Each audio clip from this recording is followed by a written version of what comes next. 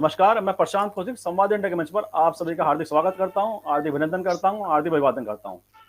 जैसे कि आप सभी जानते हैं, संवाद इंडिया के मंच पर हम विभिन्न विषयों पर आपके सामने चर्चा लेकर आते रहते हैं और आज भी उसी चर्चा की कड़ी में हम समाज में महिलाओं की जो भूमिका है, समाज और राजनीति के अंदर उनका क्या प्रभाव है, उनकी सहभागिता को लेकर, उनकी भूमिका को लेकर आज हम चर्चा आपके सामने लेकर आए हैं।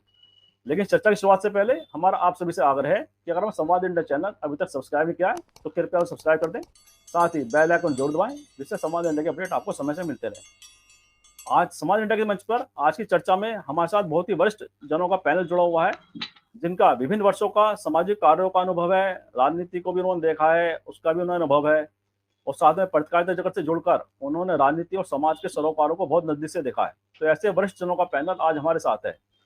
इस वरिष्ठ जनों का पैनल से मैं अपने श्रोताओं को परिचय कराता हूं। हमारे साथ अतुल शर्मा जी हैं, जो कि सामाजिक कार्यकर्ता के तौर पर जानी जाती हैं, ख्याति प्राप्त हैं और अनेक वर्षों से उन्होंने समाज के उस वर्ग के लिए काम किया है जिसको शोषित और पीड़ित माना जाता है, जिसके साथ कोई खड़ा होना नहीं चाहता है। जैसे रेड लाइट एरिया में उन्होंने उन पीड़ित लड़कियों के साथ दिया, उन्हें उस नरक से निकालने का काम किया है, जिनके बारे में लोग बात करना भी नहीं चाहते हैं और उनके साथ दिखना तो अलग बात है। तो ऐसे सामाजिक कार्यकर्ता के तौर पर अतुल शर्मा जी पहचानी जाती हैं। उनका संघर्षशील व्यक्तित्व हम सबको प्रेरणा देता है। तो आज इस पैनल में हमारे साथ जुड़ी हुई हैं अतुल शर्मा जी को मेरा सादर अभिवादन और स्वागत है समाज इंडिया के मंच पर। मनविंदर भिम्बर जी हमारे साथ हैं, बहुत वरिष्ठ पत्रकार हैं। अनेक वर्षों तक उन्होंने विभिन्न समाचार पत्रों में अपनी लेखनी के माध्यम से सामाजिक सरोकारों के विषय को पुकारा है, मुख्य धारा में लाए हैं और साथ ही सामाजिक सरोकारों को की भी वो बहुत नजदीक से उन्होंने देखा है, समझा है। तो आज मनविंदर भिम्बर जी हमारे साथ इस पैनल में हैं और अपने जो उनके अनुभव हैं, उन्होंने किस तरह समाज को, राजनीति को बारीकी से देखा है, वो अपने विचार हमारे साथ साझा करेंगी। इसके साथ हमारे साथ ऋचा वल्लभ जी हैं, जो गाजियाबाद में शिक्षिका के तौर पर कार्यरत हैं और साथ ही एक सामाजिक कार्यकर्ता के तौर पर भी उन्होंने अपनी पहचान बनाई हुई है। वह दिव्यांगजनों के लिए लगातार अपनी संस्था के माध्यम से कार्य कर रही हैं और उनका जो प्रयास है बहुत ही सराहनीय है और वहाँ पर जिला प्रशासन के द्वारा भी उन्हें इस कामों के लिए सराहा भी गया है और उन्हें प्रशंसनीय पत्र भी दिए गए हैं। तो ऐसी सामाजिक कार्यकर्ता आज हमारे बीच में है। तो ऐसे वरिष्ठ जनों का पैनल आज हमारे साथ है और संवाद इंडिया के मंच पर हम उनसे महिलाओं का जो समाज में योगदान है, सामाजिक संगठनों के द्वारा हो चाहे राजनीति के द्वारा हो, उस भूमिका पर महिलाओं की कसौटी को वह किस तरह से देखती हैं। तो चर्चा की शुरुआत मैं अतुल शर्मा जी से करता हूँ, क्योंकि बहुत वरिष्ठ कार्यकर्ता हैं सामाजिक तौर पर और उन्होंने अनेक वर्षों से इन सब चीजों को देखा है, समझा है और मैं संघर्ष से उन महिलाओं के उत्थान के लिए कार्य किया है जो बहुत ही पीड़ित महिलाएं रही हैं। तो अतुल शर्मा जी, मैं ये जानना चाहता हूँ कि आपसे कि समाज में महिलाओं को योगदान की जो चर्चा की जाती है, किस तरह से महिलाओं के उत्थान की बात की जाती है, उस भूमिका में आप किस तरह से महिलाओं को देखती हैं, पूरे महिला वर्ग को, कि महिलाएं राजनीति में तो आ गई हैं लेकिन उसके बावजूद भी महिलाओं की भूमिका राजनीति में केवल एक सदस्य के तौर पर या सांसद या विधायक के तौर पर तो रहती है, लेकिन जो नीति निर्माताओं में उनकी भूमिका है उसमें कहीं ना कहीं आज भी अभाव दिखाई देता है। तो ऐसे में इस विषय पर आपकी क्या राय है अतुल शर्मा जी? नमस्कार सभी को। मेरा ये कहना है प्रशांत इसमें कि मैं एक छोटी सी बात से शुरू करूंगी कि अभी कल परसों में एक कार्यक्रम हुआ संडे में और उसमें बहुत सारे ग्राम प्रधानों को सम्मानित किया गया और मैं तुम्हें यहाँ जानकारी के लिए बताऊं कि 90% वो ग्राम प्रधान नहीं थे, वो प्रधान पति थे और वो मंच पे आए, उन्होंने सर्टिफिकेट्स लिए और वापस गए, गले में एक शील डलवा के पट्टा सा और वो लेके चले गए। अफसोस हुआ कि वो महिलाएं वहां हैं जिनको लड़ाया, जिनके लिए बड़े शिद्दत के साथ पैसा भी खर्च किया, अपना श्रम भी लगाया और वो महिलाएं आज भी घर में हैं और जिनमें से 20% तो ऐसी महिलाएं हैं जो बेहद पढ़ी लिखी है, काफी पढ़ी लिखी है, जो ग्रेजुएशन से भी आगे है और वो महिलाएं भी घर में है। यानी उनको भी कहा तुम घर बैठो, प्रधानपति जाएंगे सम्मान लेने। मीटिंग में मजबूरी हो गई है कि डीएम या और लोग अब बहिष्कार करने लगे कि अगर प्रधानपति है तो बाहर जाए। तो ये तो एक छोटे स्तर की इकाई है, जो हमारी सबसे छोटी इकाई है ग्राम पंचायत की, उसकी स्थिति है। विधायक में भी आप विधायिका में चले जाइए, कोई भी विधायक हो, अगर महिला विधायक या तो बहुत तेज तर्रार हो या तो वो खुद में समर्थ हो तो सबको धता बता के आगे चली जाए। फिर उसके चरित्र पर लांछन लगने जो शुरू होते हैं उसका आप अंदाजा नहीं लगा सकते कि अगर वो खुद से चली गई तो सबसे पहले घर शुरू करेगा कि वो किसी की सुनती नहीं है, हमारे करने से विधायक बन गई, हमने बना दिया उसको नेता और अब उसका ये हाल है, वो हमका हमारी सुनती नहीं। यानी जब तक अपने पतियों को विधायक मानते रहो, सांसद मानते रहो और प्रधान मानते रहो, तब तक तो ठीक है, वरना तो मैं नहीं समझती कि जो, अगर मैं आज से 30 साल पहली बात करूं तो तब भी महिलाओं की वही स्थिति थी, आज भी वही स्थिति है। बल्कि अगर 30 साल पहले जाऊं तो थोड़ा सा परिवर्तन था, तब महिलाओं के लिए आरक्षण नहीं था, तो इसलिए कोई दुख दर्द भी नहीं था कि हमको बनाया गया, प्रधान बनाया, विधायक बनाया और अब हमारी कोई हैसियत नहीं। केवल इतनी है कि मीटिंग में चले गए, प्रधान जी देख लिया डीएम साहब ने, हस्ताक्षर हो गए, अंगूठे लगे तो अंगूठे हो गए, बात खत्म हो गई। ये महिलाओं की एक स्थिति। तो जब 30 साल में कोई बदलाव नहीं आया तो कैसे हम उम्मीद करें कि आगे जो और बदलाव की हम स्थितियां, जो सरकारें भी रोज आए दिन घोषणा करती रहती हैं, अपने वायदे भी रखती हैं, जिस समय चुनाव होगा, आगामी भी हमारे चुनाव आ रहे हैं, उसमें भी बड़े घोषणा पत्र महिलाओं के लिए जारी किए जाएंगे, मगर स्थिति जस की तस रही। मुझे कोई परिवर्तन नजर नहीं आता। हमें खुद से अपनी, जब तक हम आवाज उठाने लायक नहीं होंगे तब तक हमारे में कोई परिवर्तन नहीं है। अभी मैं एक बात ये छोटी सी कहना चाहूंगी कि एक कुछ कुछ ग्राम प्रधान महिलाओं को हमने एक दिन एक मीटिंग बुलाई, आसपास के गांव की थी, वो आई, मगर वो आके घूंघट निकाल के बैठी नहीं पीछे, प्रधान जी कुर्ते बढ़िया से फटकार के सफेद कलफ वलफ लगा के बैठे रहे और वही हर बात में कहते रहे कि जी हम जवाब देंगे। जैसे ही मैंने एतराज किया कि भाई मुझे तो प्रधानों से पूछे, आप लोगों से नहीं, आप बैठे, मैं सम्मान करती हूँ, लेकिन अगर प्रधान जी मुझे बताएंगी ये बात तो मुझे अच्छा लगे। बोले जी इसको क्या पता, चूल्हे चौके से निकलता नहीं, इसको क्या पता कि बाहर की राजनीति क्या है, और राजनीति तो हम जानते हैं, हमने तो जिता दिया, ये क्या अपने दम पे जीत सकती थी। तो जब तक हम मर्दों के दम पे जीतते रहेंगे, जब तक हम मर्दों के दम पे सारे काम करते रहेंगे, तब तक औरतों की स्थिति में कोई बदलाव आना नहीं है, मुझे बिल्कुल नहीं लगता। और जो बहुत ढिंडोरा पीटते, जो वुमेनाइजर कहना शुरू कर दिया आजकल, नया शब्द शुरू किया है, हालांकि बहुत पहला, अगर मैं अपने सोशल सेक्टर की बात करूं तो वुमेनाइजर पहले से कहा जाता है, लेकिन अभी बहुत ज्यादा हो गया कि जैसी कोई महिला थोड़ी सी तेज तर्रार हो, थोड़ी सी हाई फाई हो और वो अपनी बात कहने की बात करे कि वो वुमेनाइजर, वो महिलाओं की केवल बात करती है, यानी ये बहुत घटिया तरीके से इसको कहा जाता है। वुमेनाइजर केवल ये नहीं कहा जाता कि वो वुमेन्स की आवाज उठाने वाली है, बल्कि और भी घटिया तरीके से उसको कहा जाता है। तो जब तक हम इतने घटियापन में सिमटे रहेंगे, उसके खिलाफ आवाज नहीं उठाएंगे, तो मुझे नहीं लगता कि हमारी स्थिति में तो बहुत ज्यादा परिवर्तन आने। बाहर निकलेंगे हम, अगर पति नहीं रहे तो आप सज के क्यों निकले, आपने अच्छी सी साड़ी क्यों पहनी, आप ऐसे क्यों निकले, बाहर नहीं निकले किसी काम में, शादी ब्याह हो, कितना ही पढ़ लिख लिए, शादी ब्याह हो, अगर विडो है स्त्री तो वो उस काम में हाथ नहीं लगाएगी, वो एक तरफ बैठेगी।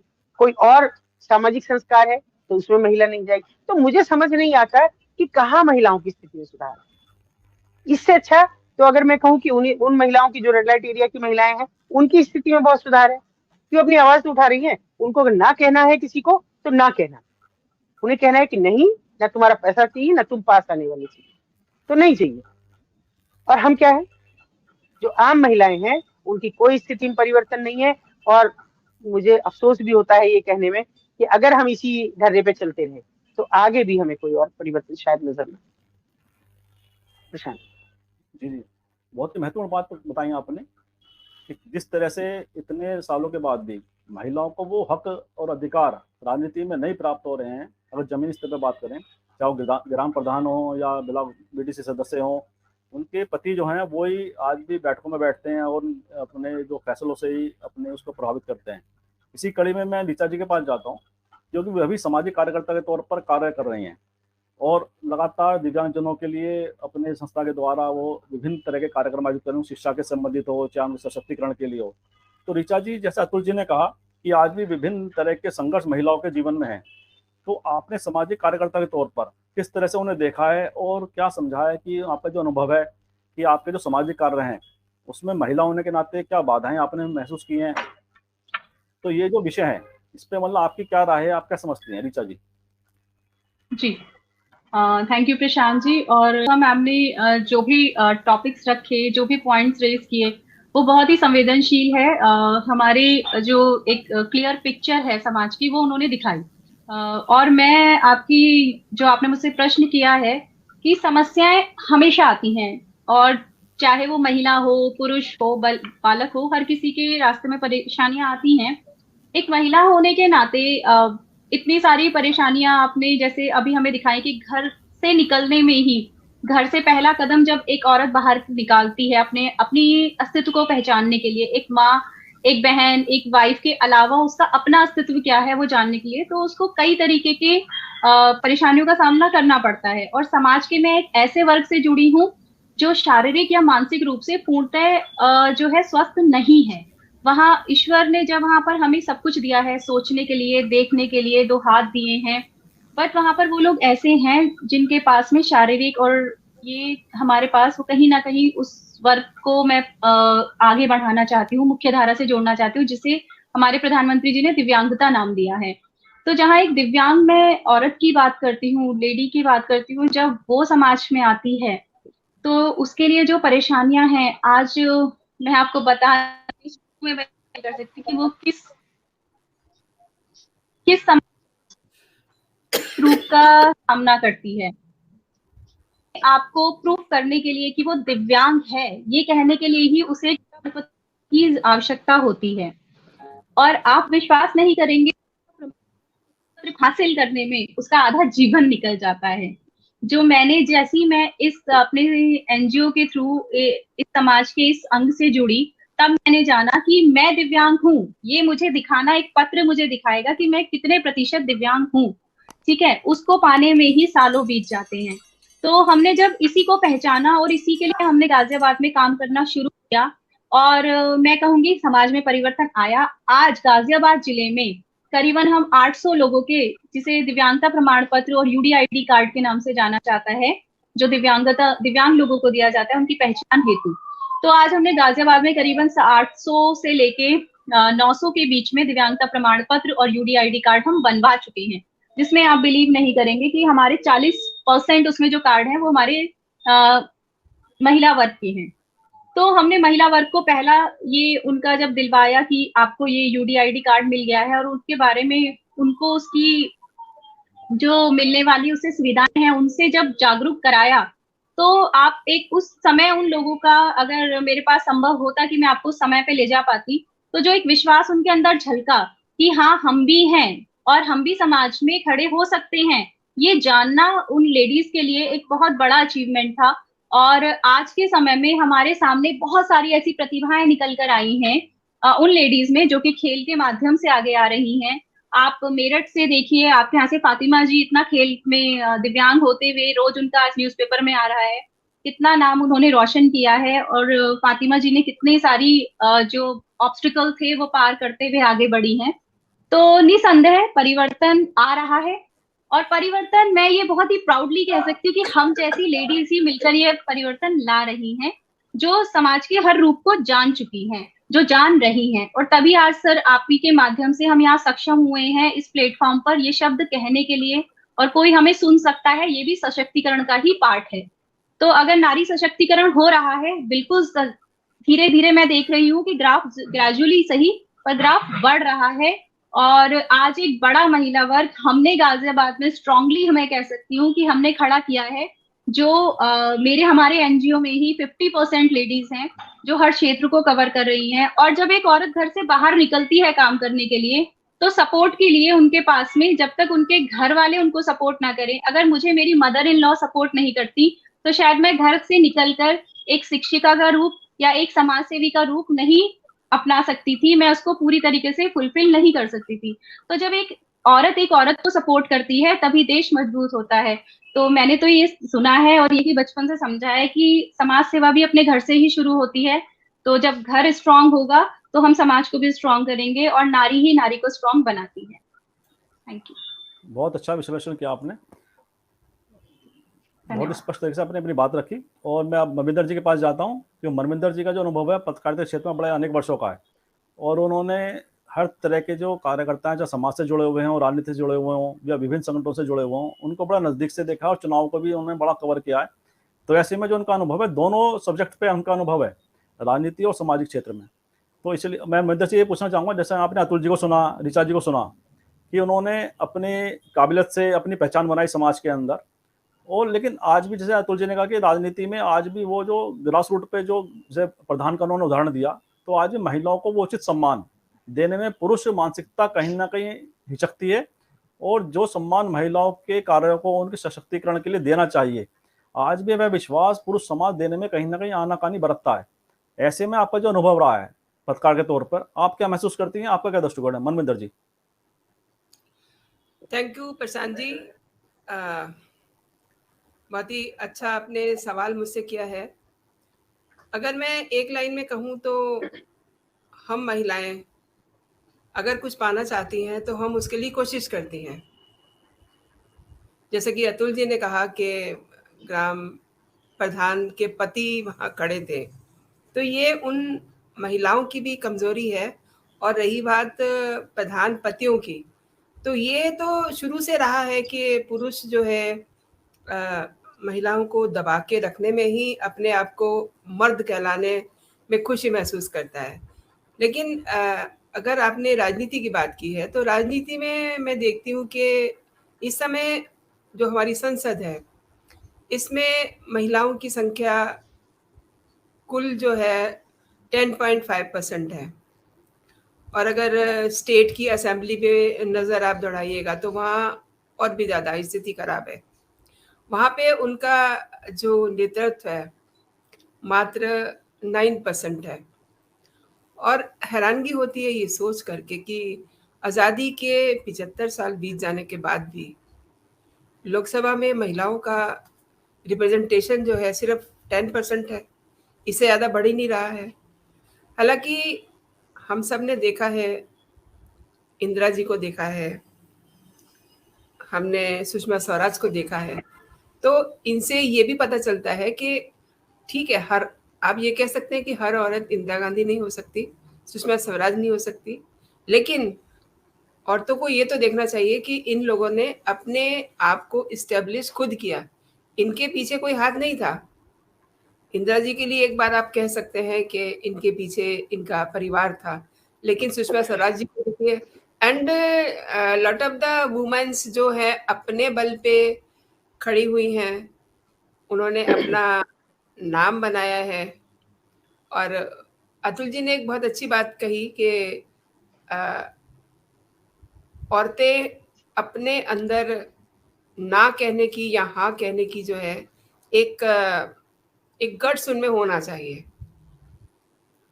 अगर पॉलिटिक्स की बात करूं तो आज से कुछ समय पहले तक जो महिलाओं के लिए लोगों की धारणा होती थी, वो ये कहा जाता था कि जो पॉलिटिक्स में महिलाएं हैं वो ठीक नहीं है, मतलब उनको देख करके उनकी नज़र जो है थोड़ी खराब सी हो जाती थी।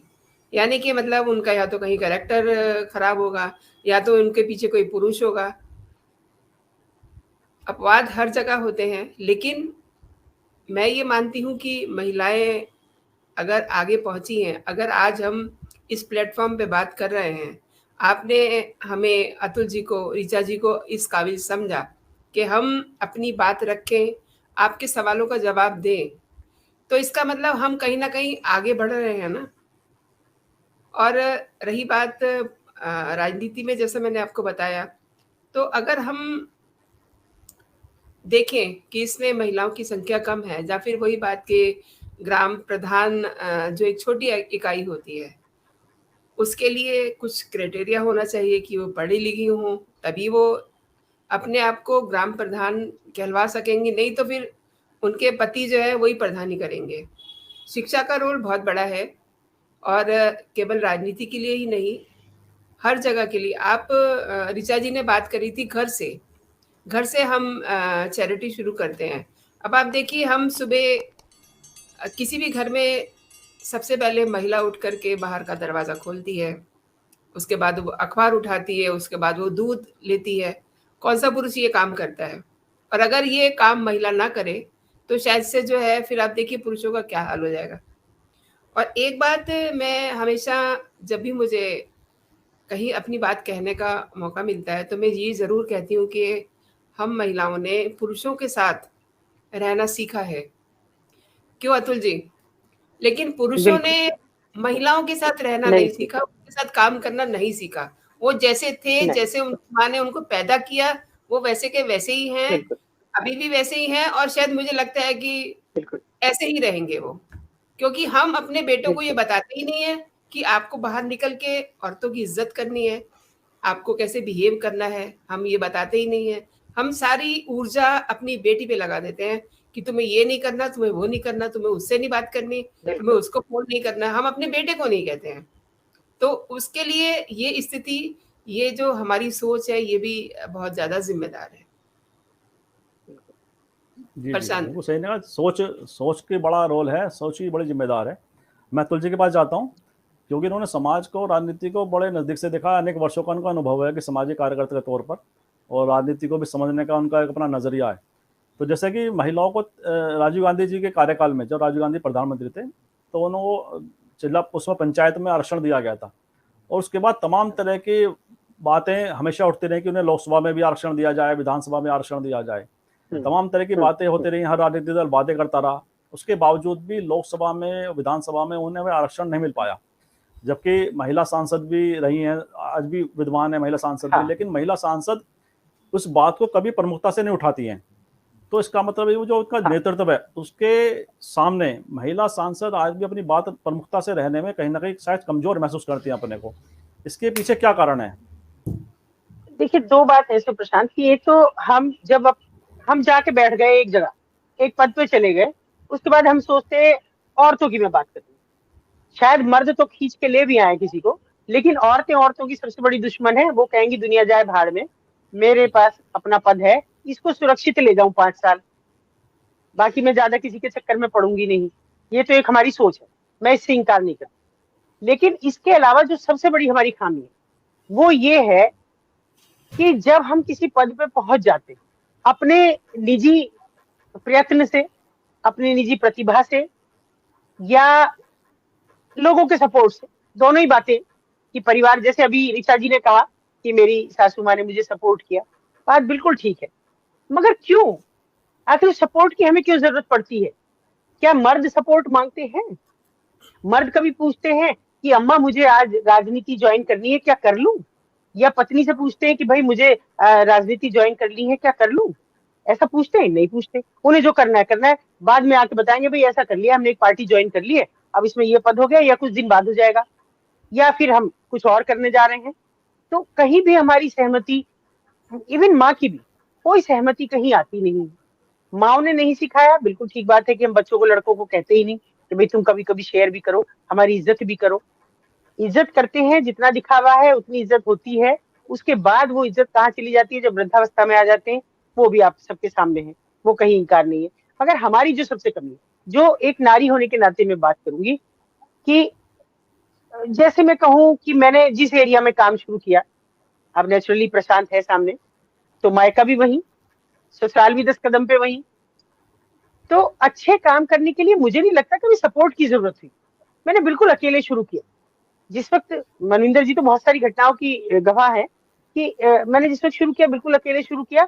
और डर ये भी था कि कहीं कहीं लगा कि कहीं ऐसा ना हो जिस दिन वो सीढ़ियां तय करूं और मेरे घर का कोई देखे, मेरे भाई देखे, मेरे भतीजे देखे, तो ये कहें कि ये क्या, वहां क्या करने जा रही है। लेकिन एक पल में मैंने सब झटक के अलग किया। जिस दिन शुरू किया, जिस दिन सोचा, उसी दिन वो झटक के अलग किया। और बस सोच लिया, क्योंकि बचपन से देखती आई, हाँ ना, आज भी वो बता देंगे कि लड़कियों को सिखाया जाता है, लड़कों को नहीं सिखाया जाता कि ऊपर मत देखना जब कबाड़ी बाजार से निकलो। लड़कियों को सिखाया जाता है वहां से निकलो, ऊपर मत देखना, ऊपर मत देखना। तो वो जो ऊपर ना देखने की क्यूरियोसिटी थी, वो मन में कहीं रही। और उसके बाद किसी की सपोर्ट की कभी जरूरत नहीं। सपोर्ट आपके लिए खुद पैदा हो सकती है। आप काली भी हैं, दुर्गा भी हैं, सभी रूप हैं आपके महिलाओं के, पुरुषों के नहीं है ये रूप। तब आप फिर क्यों हम सपोर्ट की बात करें? क्यों हम ये कहें कि हमको आपसे अनुमति लेनी है? हम कोई गलत काम तो करने जा नहीं रहे। अनुमति तो तब लेना कि हम कुछ गलत करने जा रहे हैं और आपसे कहें कि भाई ये गलत काम है, आप हमारी थोड़ी सपोर्ट करना। जब हम ठीक काम करने जा रहे हैं, कोई ऐसा काम करने जा रहे हैं, किसी में समाज का उद्धार है, या हो सकता है परिवार का उद्धार है, या कोई ऐसी चीज जिससे हमारे बच्चों को आगे हमारा नाम सम्मान से लेने का मौका मिले, तब फिर उसके लिए किसी की सपोर्ट की कहाँ जरूरत? कहाँ हमको कहें कि सासू माँ हाँ भी तुम जाओ। अच्छा, ईमानदारी से बताइए, प्रशांत तुम भी हो, मनिंदर जी भी है, ऋचा है, क्या रेड लाइट एरिया के लिए कोई सासू माँ कहती कि आप जाओ काम कर लो वहां? नहीं कहती, पॉसिबल ही नहीं। क्या कोई माँ कहती, शादीशुदा बेटी से भी कोई माँ कहती कि हाँ चले जाओ? और मैं बता दूं कि मुझे सबसे पहले जब मैं गई और मेरे भाई को पता लगा, तो उसने मुझे सबसे पहले कहा यही जगह मिली थी क्या काम करने की, और कहीं और कुछ बाकी नहीं बच रहा था? ये मुझे जवाब, मेरे तो, मेरा मतलब मुझसे तो बड़ा ही है, मेरा छोटा भाई है, उसने मुझे ये बात कही, क्योंकि उसे वहां रहना था। तो उसको ये लगा कि शायद बदनामी हो जाएगी इसकी वजह से, कि वहां जाएगी और इसके साथ कुछ हादसे हुए, कुछ घटनाएं हुई, लोगों ने चर्चा की। लेकिन थैंक गॉड कभी कोई चर्चा नहीं। अच्छाई में हमेशा हुई, बुराई में कोई चर्चा हुई नहीं, हुई हो तो मुझे पता नहीं, इसलिए कि मैंने सपोर्ट नहीं मांगी। हमेशा वो आप ध्यान रखिए, मैं तीनों महिलाएं आपस में हम एक दूसरे से कह रहे हैं कि जब आप सपोर्ट मांगेंगे तब वो सपोर्ट देने वाला ही आपकी सबसे पहले टांगे खींचेगा। वो कहेगा कि हमने आपकी लिमिट यहाँ तक तय की थी, कि हमने आपकी लिमिट यहाँ तक तय की थी। अगर मैं कबाड़ी बाजार की बात कहूँ तो ये कहा जाता कि शायद कि इतनी सीढ़ियां चढ़ने का कहा था, ये नहीं उनके यहाँ जाके बैठ जाओ और चाय भी पियो, उनकी लड़कियां भी निकालो, ये कहने के लिए नहीं, करने के लिए नहीं क्या था, ये नहीं कहा था कि तुम्हें आए दिन चोट लगती रहती है, ये सब देखने के लिए नहीं कहा था आपसे। वही सपोर्ट करने वाले आपकी टांग खींचते, वही सासू माँ कहती, वही पति कहते, वही और लोग कहते, और उसके बाद पीढ़ी चलती तो आपके बच्चे कहते। लेकिन कभी सपोर्ट, आप सपोर्ट मांगिए, एक निश्चित ये मांग लीजिए कि भाई यहाँ मैं जा रही हूँ, थोड़ा सा खतरा है, जरा ध्यान रखना, क्योंकि स्त्री होने के नाते कुछ इस तरह के गुण हमारे हैं, कुछ कमजोरियां भी हैं, उनके चलते आप सपोर्ट मांगिए। मानसिक सपोर्ट क्यों मांगते हैं? मैं नहीं समझती कि किसी भी महिला को मानसिक सपोर्ट मांगनी चाहिए। अपने आप को हम खुद से मजबूत हैं और हम उतना काम करें जितनी हमारी मजबूती, हमारी अंदर की भावना हमको अलाउ कर रही है, जो कह रही है यहाँ घबराना नहीं है, थकना नहीं है। लेकिन जहां हमको लगे कि यहाँ सपोर्ट मांगनी चाहिए तो समझ लीजिए आप थक रहे हैं, आप कमजोर पड़ रहे हैं, तब आप स्त्री होने के नाते अपने आप को कमतर मान रहे हैं और आप सोच रहे हैं कि मेरा पति आगे चले, बेटा आगे चले या कोई और आगे चले। जब तक ये भावना हमारे में रहे तब तक स्त्रियों की स्थिति में कोई बदलाव आने वाला नहीं। और मैं 30 साल की बात आपसे करती हूँ कि इन 30 सालों में कभी मेरे हस्बैंड, मेरा कोई परिवार का, मेरे बच्चे वो भी बड़े हुए, यहीं से इतने से बड़े, इतने बड़े हुए, कोई मेरे साथ में कभी मैं कभी किसी के साथ नहीं। लेकिन कार्रवाई जुड़ता रहा, मनिंदर जैसे लोग बहुत जुड़ते रहे, सपोर्ट होता रहा और हजारों हजार ऐसी महिलाओं की जान बचाते रहे कि जिनको जरूरत थी हमारी। तब कहाँ सपोर्ट की जरूरत है? अगर एक महिला को बचाना है, एक बच्ची को बचाना है, तो फिर उसके लिए हमें क्यों पूछना? कौन कहेगा? अगर मैं अपनी सासू माँ से पूछती कि एक लड़की है जबरदस्ती रख रखी है, उसको निकाल के लाना, तो मुझे तो कहती घर पे बैठ जा, जरूरत नहीं है किसी को निकाल के लाने की, खराब औरतें हैं वो। मिथक बदले, शायद पता नहीं सच है या नहीं है, लेकिन मैं समझती हूँ कि मिथक बदले। जो उन्हें खराब औरतें कहते थे, धीरे धीरे ये भी कहने लगे ये भी मजबूरी की सताई हुई औरतें हैं। वो कहते थे हमेशा खराब औरतें हैं हमारे। तो अपने आप को इतना बुलंद करिए कि सपोर्ट की जरूरत ही ना पड़े। जहां सपोर्ट की पड़े वहां पीछे हट जाइए, वो आपका काम नहीं है, मत मांगिए। बिल्कुल सही कहा आपने, बहुत सारी बात आपने जैसे कहा अपने अनुभव के आधार पर, और उसमें सबसे बड़ी बात है मानसिक दृढ़ता बहुत जरूरी है कि मानसिक आपके अंदर दृढ़ता आया अगर आप सुदृढ़ हैं अपने विचारों को लेकर, अपने विचारों पर अडिग हैं, तो बहुत सारी परेशानियों का आप पीछे छिटक सकती हैं और आगे बढ़ सकती हैं। तो ऋचा जी, इसी मैं क्वेश्चन को आपके पास लेके आता हूँ कि जैसे अतुल जी ने कहा कि आगे बढ़ने के लिए बाधाएं तो पार करनी पड़ेंगी, नेचुरल है, लेकिन उसमें आपका जो विश्वास है, अपना जो आपका आत्मबल है, वह अगर आपका प्रबल है तो आप निश्चित रूप से बाधाओं को पार कर लेंगे। इसलिए महिलाओं को कहा जाता है कि उसमें देवी दुर्गा भी है, सरस्वती भी है, लक्ष्मी भी है, इसलिए महिलाओं को हमेशा ये कहा जाता है। और भारतीय संस्कृति तो इस चीज़ को मानने वाली है कि महिलाएं देवी का रूप स्वरूप हैं। तो मैं आपसे पूछता हूँ कि आपका जो अनुभव है समाज में कार्य करने के लिए, तो जो अतुल जी ने कहा कि आत्मबल अगर आपके अंदर है, विचारों में दृढ़ता है आपके, अगर मानसिक रूप से आप मजबूत हैं तो आप आगे बढ़ सकती हैं बनिस्बत जिनकी इच्छा शक्ति कमजोर होती है। तो आपका जो अनुभव है, आप किस तरह से देखती हैं, आपके क्या विचार हैं? पहले मैं जो अतुल मैम ने कहा, काफी सीनियर हैं, काफी एक्सपीरियंस लोग हैं, हम तो अभी बच्चे हैं तो उनके सामने तो, पर जहां मैं सपोर्ट की बात कर रही हूँ, वो सपोर्ट एक अनकंडीशनल लव है, जो कि किसी के लिए वो कहता नहीं है कि वो एक सपोर्ट है, वो एक परमिशन नहीं है जो मैं उनसे ले रही हूँ, वो एक संतुलन है जो हमारे परिवारों, जो कि हम एक इंडियन कल्चर में रहते हैं, तो एक संतुलन घर को बना के रखने का होता है, वो इस सपोर्ट का नाम है। जो संतुलन मुझे आपको, जब इंसान घर से भी मजबूत इस तरीके से होता है कि घर में संतुलन बना हुआ है हर तरीके से, तो वो उस सपोर्ट की बात मैं कह रही थी। और हर किसी को, जब एक इंसान दृढ़ शक्ति के साथ, डेफिनेटली कि अगर कुछ आप करने की क्षमता रखते हैं, आपकी दृढ़ शक्ति इतनी है, आपका विजन क्लियर है कि मुझे क्या करना है और मेरा प्लान ऑफ एक्शन क्या होगा, तो डेफिनेटली आपको किसी की जरूरत नहीं है। और जब हम चलते हैं तो अकेले ही चलते हैं, आपकी सोच, आपका एक्शन ही आपके साथ उस कारवा को जोड़ता चला जाता है, तो इसमें कोई शक की बात नहीं है। और बात रही सपोर्ट की, तो सपोर्ट जो शब्द है, सबके लिए शायद इसकी डेफिनेशन अलग है। आपके एक्सपीरियंस ने उस डेफिनेशन को जो रूप दिया वो मेरे अकॉर्डिंग नहीं बैठता है, मुझे ऐसा नहीं लगता है। मेरे लिए सपोर्ट की डेफिनेशन क्वाइट डिफरेंट आपकी जो भी मैम विचार रहे उससे। तो मैं समझती हूँ कि जब हम एक लेडी जब किसी भी काम को करने की एक दृढ़ शक्ति, दृढ़ इच्छा बना लेती है तो वो करके रहती है।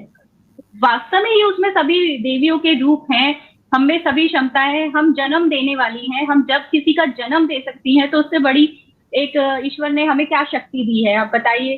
किसी में वो शक्ति है जो हम में है, तो जो शक्ति हम लेके आए हैं इस पृथ्वी पर उसका तो कोई तोड़ ही नहीं है। और मैं यही उम्मीद करती हूँ कि हर चीज को साथ लेके चलना ही एक बहुत बड़ी बात होती है कि हम आगे बढ़े और हम अपने साथ पीछे काफी चीजों को छोड़ दें और एक पॉइंट पर जाके महसूस हो कि मैं अकेली रह गई हूँ, मेरे अपने पीछे छूट गए हैं, तो उस अचीवमेंट को मैं कोई भी मायने नहीं दूंगी। तो मेरा मानना यही है, मैं अपने जो भी अचीवमेंट है, जो मेरे लक्ष्य हैं, मैं जरूर उनको पूरा करूंगी, क्योंकि आई नो मेरे प्लान ऑफ एक्शन क्या है और मुझे कैसे संतुलन बना के चलना है। तो डेफिनेटली, और वो मुझे अनकंडीशनल लव हमेशा हर रूप में चाहिए। तो मेरा तो यही मानना है जीवन को लेके कि एक लेडी को हमेशा संतुलन बना के चलना चाहिए, अपने लक्ष्यों को कभी नहीं भूलना चाहिए, अपने प्लान ऑफ एक्शन क्लियर रखने चाहिए, अपना विजन क्लियर रखना चाहिए। तो कोई भी बाधा उनको रोक ही नहीं सकती है। हम जब से यहाँ पर दिव्यांगता के क्षेत्र में मैं काम कर रही हूँ, तो सोमवार को वहाँ बच्चों के ये जो डिसेबिलिटी सर्टिफिकेट बनते हैं, ये जिला अस्पतालों में बनाए जाते हैं, जो कि वहां पर इतनी भीड़ होती है और इतने तरीके के अलग अलग लोग, अलग अलग तरीके की बीमारियां और अलग अलग तरीके की शारीरिक मानसिक जो बाधाओं से पीड़ित हैं लोग, वो लोग वहां पहुंचते हैं। तो उनको देखकर कई तरीके के विचार मन में आते थे और तब लगता था कि ईश्वर ने काफी कुछ हमें दिया है और जो उनको नहीं दिया है उसको भर पाना इतना आसान नहीं है। तो जब हमने उस क्षेत्र में काम किया और कोविड टाइम में जब हमने ये काम किया, क्योंकि आपने देखा कि कोविड में जो लोग शारीरिक रूप से मजबूत थे, मानसिक रूप से मजबूत थे, उन्हें कोविड काफी कुछ छू के निकल गया, बट जो लोग फिजिकली चैलेंज थे उन लोगों के साथ काफी दिक्कतें रही। तो उस समय में जब हमने काम किया तो हमने उनकी उन परेशानियों को समझा और उस समय में घर से बाहर जाना और वो काम करना भी इतना सरल नहीं था। तो हो सकता था कि अगर संतुलन ना होता, अगर सपोर्ट ना होता, तो मेरे घर में ही परेशानियां होती तो मैं नहीं निकल पाती। वहां पर मेरे उन परेशान चीजों को भी सबने समझा, प्रोटोकॉल्स को फॉलो किया और हम वो काम भी कर पाए। और जब यहाँ पर हम हर सोमवार को उस भीड़ के बीच में जब मैं जाती हूँ, हर सोमवार को सर्टिफिकेट बनाने के लिए जब हम जाते थे, तो पहले जब हमने शुरू किया तो मैं अकेली ही थी, मेरे साथ बस मेरी एक दोस्त हुआ करती थी, वो जाती थी। हम दोनों ही सरकारी अस्पतालों में हर डॉक्टर के पास जाके, क्योंकि डॉक्टर्स के पैनल अलग अलग जगह बैठते थे, उन लोगों को यहाँ एक जगह से दूसरी जगह चेकअप के लिए ले जाना वो इतना सरल नहीं था। बट धीरे धीरे समय बीता और विद इन अ ईयर इतना ट्रेमेंडियस चेंज गाजियाबाद में आया कि आज के दिन जिला गाजियाबाद में एक सप्ताह में 3 शिविर लगाए जाते हैं दिव्यांगता सर्टिफिकेट बनाने के लिए। और अब खुद जिला प्रशासन लोगों को बुला रहा है कि आप आइए और सर्टिफिकेट का काम पूरा कराइए। तो एडमिनिस्ट्रेशन ने इतनी जल्दी इस चीज को ऑब्जर्व किया। हमारा जो हमने जो विजन लिया था वो हमने बहुत जल्दी यूडीआईडी और डिसेबिलिटी सर्टिफिकेट के लिए अचीव किया। बैरा का सेटअप एक कानों की मशीन होती है, जो बच्चे मुखबधिर बच्चे होते हैं उनके जांच के बाद ही उनका सर्टिफिकेट बन पाता है। तो उनकी जांच जो होती है उसे बैरा टेस्ट कहते हैं। तो गाजियाबाद जिले में बैरा लैब ही अवेलेबल नहीं है, जिसकी वजह से अभी तक मुखबधिर जो बच्चे होते हैं उनका सर्टिफिकेट ही नहीं बन पाता था। उसके लिए बच्चों को नोएडा तक सफर करना पड़ता था। और हमें ये जान के ताज्जुब हुआ कि जिला प्रशासन की नजर में ये बात थी ही नहीं कि इस तरीके की कोई लैब यहाँ पर है ही नहीं। तो हमारी संस्था ने इस चीज के लिए बहुत ज्यादा प्रयत्न करे और आज गाजियाबाद में आरबीएस के सेंटर के अंतर्गत बैरा टेस्ट की सुविधा उपलब्ध हो गई है। हमारे गाजियाबाद जिले के और बल्कि आसपास के भी लोगों को बाहर नहीं जाना पड़ता बैरा टेस्ट के लिए। एक बड़ा लंबा टेस्ट होता है ये, इसमें 2.5-3 घंटे का प्रोसीजर होता है।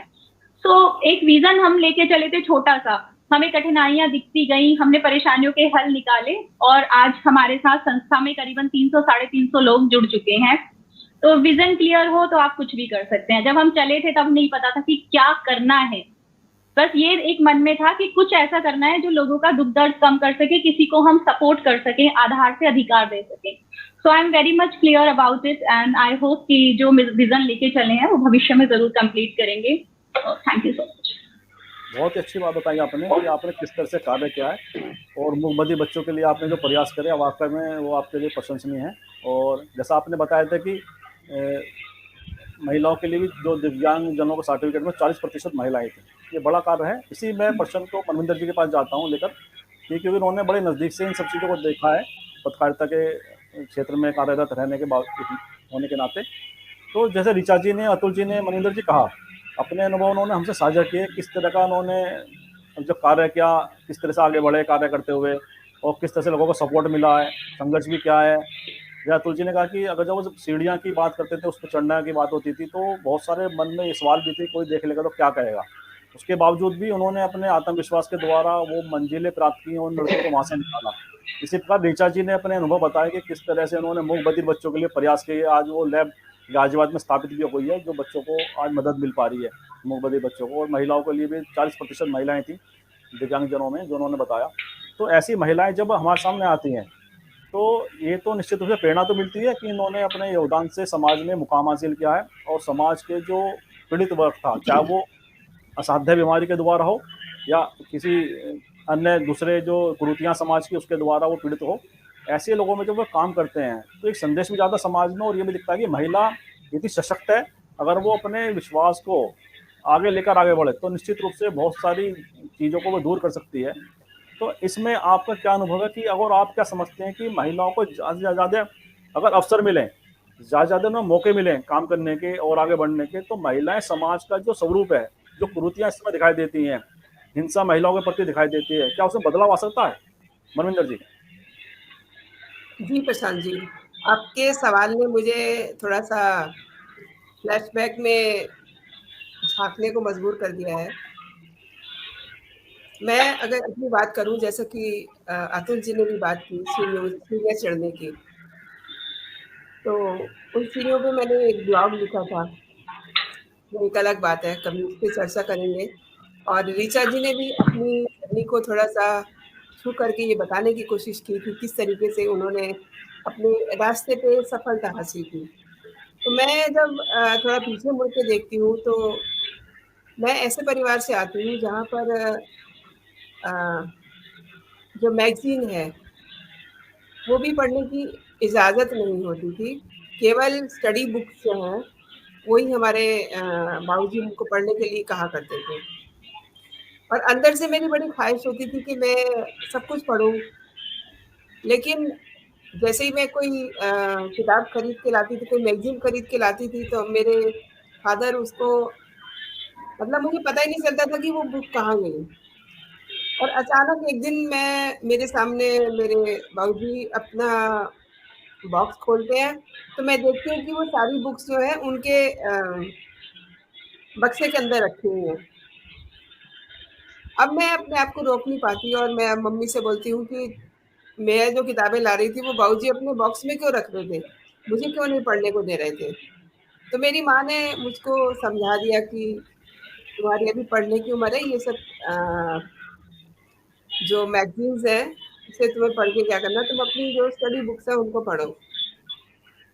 ख़ैर ये सब करते-करते शादी हो जाती है और उसके बाद जो अंदर से एक पढ़ने की ख़्वाहिश थी। ऋचा जी ने अभी बात की थी कि विज़न क्लियर हो और प्लान ऑफ एक्शन अगर आपके दिमाग में हो, तो ऐसा मेरे साथ ऐसा कुछ नहीं था। लेकिन जब शादी के बाद मैं ससुराल में आती हूँ, मेरे फादर इन हाँ, लॉ मुझको बहुत ज़्यादा वो छोड़ पढ़ने देना। की करते हैं। और लिखने-पढ़ने का शौक मेरे अंदर जो दबा हुआ था, वो मैंने उसको खुल कर के लिखना शुरू किया। और इसी तरीके से मेरी जर्नलिज़्म की जो है जर्नी शुरू होती है। और प्रशांत जी, आप जानते हैं जिस समय मैंने एज़ ए जर्नलिस्ट अपना करियर शुरू किया था, उस समय पूरे वेस्ट यूपी में कोई बिरली ही महिला पत्रकार महिला थी। दिखाई देती थी। अतुल जी को पता है, अतुल जी के साथ मैं अक्सर जाया करती थी। बहुत कम आजकल तो बहुत लड़कियाँ आ गई हैं, उनको देख के बहुत अच्छा लगता है। तो अगर आपका विज़न, मैं कहती हूँ कि ना भी हो, आपका कोई प्लान ऑफ एक्शन ना भी हो, आपके अंदर एक होनी चाहिए कि आपको कुछ करना है, तो आप ज़रूर कुछ ना कुछ करके दिखा दोगे। जैसा कि अतुल जी ने कहा कि उनके घर में काफ़ी उन्होंने कहा कि तुम्हें यही काम था क्या? लेकिन इनके अंदर एक जज़्बा था। ये बचपन में इन्होंने सोचा तो नहीं था कि मैं वहाँ रेड लाइट एरिया में जाऊँगी, मैं वहाँ काम करूँगी। और जब ये मुझे अपने साथ लेके गईं, तो वाक़ई में मेरे भी अंदर कुछ-कुछ हो रहा था कि मैं ऊपर जाके क्या देखूँगी? और रिपोर्टर मेरे पीछे-पीछे, छोटी तंग गलियाँ, वो मुझे कह रहा है कि मैडम जल्दी चलो, अब मेरे मेरे पाँव ऊपर नहीं जा रहे हैं। तो कुछ चीज़ें होती हैं, ऐसी कुछ चीज़ें होती हैं। लेकिन अगर आपके मन में कुछ है करने का, तो आप उसको करके ले जाओगे। जैसा कि ऋचा जी ने कहा कि आज इनके संगठन को इतनी मज़बूती है, तो इनकी मेहनत के कारण है। और सेम सिचुएशन जो है, वो राजनीति में भी है। अब अगर हम राजनीति की बात करें, तो जो लेटेस्ट राजनीति का सीन है, वो उसमें आप देखिए, हमारी वित्त मंत्री निर्मला सीतारमण हैं, ममता बनर्जी हैं, मौर्या मांझा राष्ट्रपति हैं। जी, तो ये सब महिलाएँ हैं राष्ट्रपति जी। ना, ये सब महिलाएँ अपनी हिम्मत से पहुँची हुई हैं ना। जी, बिल्कुल सही कहा कि महिलाएं अपनी हिम्मत से आगे बढ़ी हैं। इसमें जैसे आपने सुषमा स्वराज जी का नाम लिया, इंदिरा गांधी जी का नाम लिया, निर्मला सीतारमण का नाम लिया, ममता बनर्जी, सोनिया गांधी और मायावती, जी, मतलब ऐसी बहुत सारी अनेक महिलाएं जिन्होंने जी, राजनीति जी। में भी एक दिशा दी है राजनीति को, और अपने मेहनत से, अपने कार्यों से उन्होंने राजनीति में ऊंचाई भी प्राप्त की है। तो आज लेकिन की चर्चा राजनीति, मैं 1 मिनट रोकती हूँ आपको, राजनीति में भी महिला वही सफल हो सकती है, जिसके अंदर कुछ करने का जज़्बा हो। वरना तो जैसा बिल्कुल राजनीति में इस्तेमाल बहुत अच्छा से होता है महिलाओं का। अगर आप में वो जज़्बा है, तो आप उस रास्ते पे जाएँ। ये बिल्कुल सही कहा आपने कि बिल्कुल जज्बा और विश्वास अपने अंदर बहुत आवश्यक है। और आज की चर्चा इसी आधार पर हमने रखी थी कि महिलाओं की जो भूमिका है राजनीति और समाज में, वह क्या इंगित करती है, उसकी क्या सामाजिक परिवेश में क्या भूमिका है, क्या महत्व है।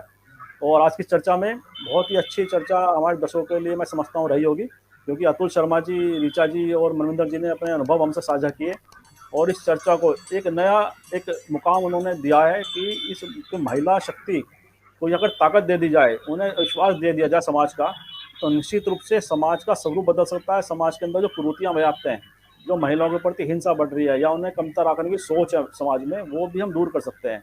तो इन्हीं शब्दों के साथ आज की मैं चर्चा को विराम देते हैं। ऋचा जी का, अतुल जी का, मनिंदर जी का बहुत बहुत आभार व्यक्त करता हूँ, बहुत बहुत धन्यवाद व्यक्त करता हूँ कि उन्होंने अपना समय निकालकर हमारे दर्शकों के लिए अपने अनुभव साझा किए और बताया कि किस तरह से समाज में उन्होंने कार्य किया है, और समाज के उस वर्ग के लिए जो समाज में कहीं ना कहीं पीछे छूटा महसूस हो रहा था।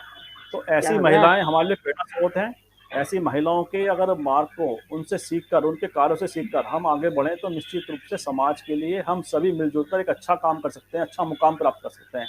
तो इन्हीं शब्दों के साथ आज की चर्चा को विराम देते हैं, और आप सभी का पुनः धन्यवाद व्यक्त करता हूँ, और साथ ही सभी से एक आग्रह करता हूँ कि संवाद इंडिया चैनल की इस वीडियो को आप लाइक करें, शेयर करें, साथ ही सब्सक्राइब के साथ बेल आइकन जरूर दबाएं, जिससे संवाद इंडिया के अपडेट आपको समय से मिलते रहें। आप सभी का बहुत बहुत धन्यवाद, बहुत बहुत अभिवादन।